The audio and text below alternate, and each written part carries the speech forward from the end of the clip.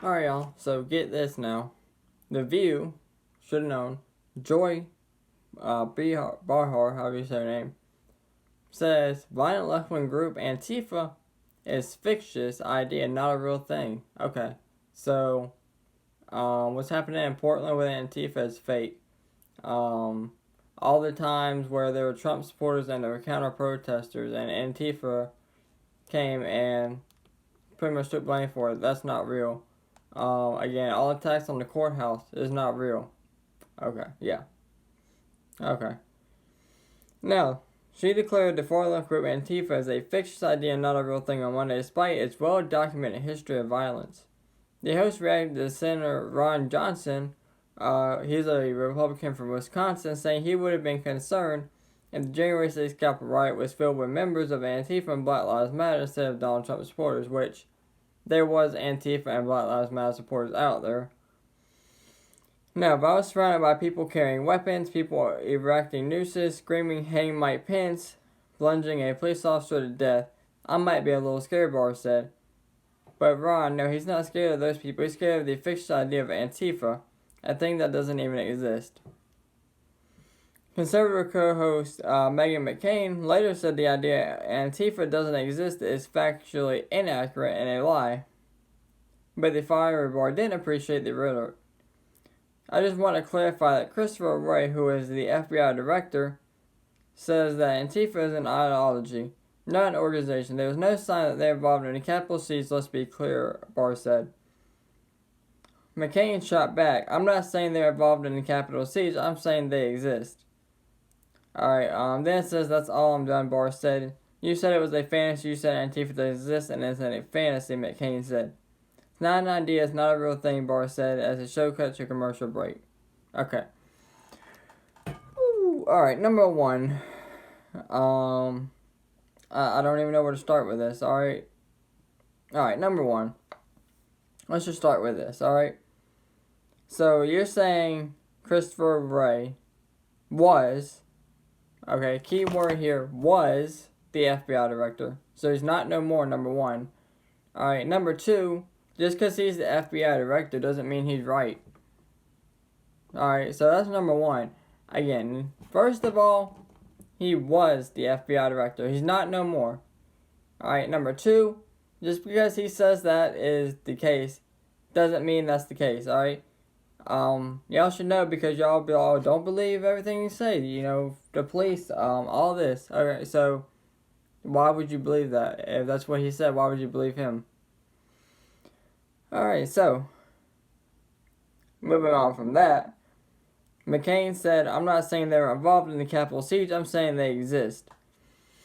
Alright, as far as the existence of them, they obviously exist, like I said.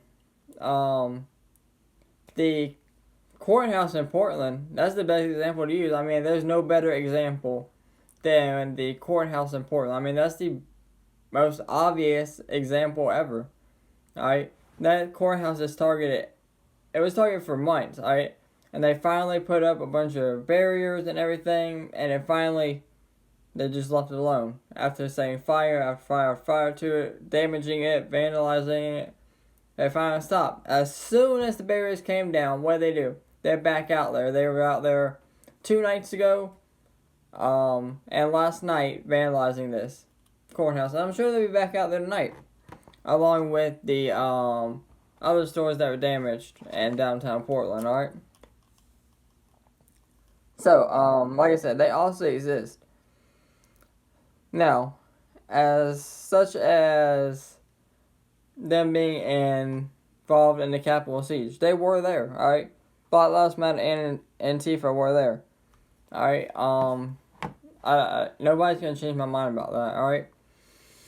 And everybody keeps saying that, you know, Trump supporters were dressed as Antifa, alright? There were a couple people that were Trump supporters that actually dressed as Antifa. Now there was that one Antifa person and Black Lives Matter person that was actually confirmed there. And everybody keeps talking about, oh, it's just one person. Trump supporters were dressed like Antifa. Alright. Number one, for the 2 or 3 Trump supporters that were actually out there dressed as Antifa, you're stupid and you're not a real Trump supporter, alright? So, with that being said, that brings me to my next question. If they were Trump supporters, why would they go out of their way to dress as Antifa or dress like Black Lives Matter and make President Trump look bad when they're supporters of him? That's an obvious question that nobody wants to talk about. Alright, and then everybody was talking about, well, you only have one Black Lives Matter Antifa person out there. No. I can tell you right now, there's one, there's more. Alright, he's just one who got caught inside the Capitol and nobody's taking responsibility for him, alright? That's how it always goes. You get caught and they'll be like, oh, we don't know him. And then an hour later, they'll be like, free him outside of jail. So they just haven't done it with him. That's how it goes, though. Alright? So, Antifa is the prime example. If there's one, there's hundreds of them. Because they never travel alone because they're cowards. Alright? So they never travel alone. But as far as, the View itself is, their way out there, alright? They talk about right-wing violence all the time, and right-wing conspiracy theories. This is what you call left stupid, alright? This is just stupid, alright? But let me know what you guys think about The View, Joy Behar, everything I talked about. Let me know what you guys think down in the comments below. As always, thank y'all for watching, and y'all stay safe out there.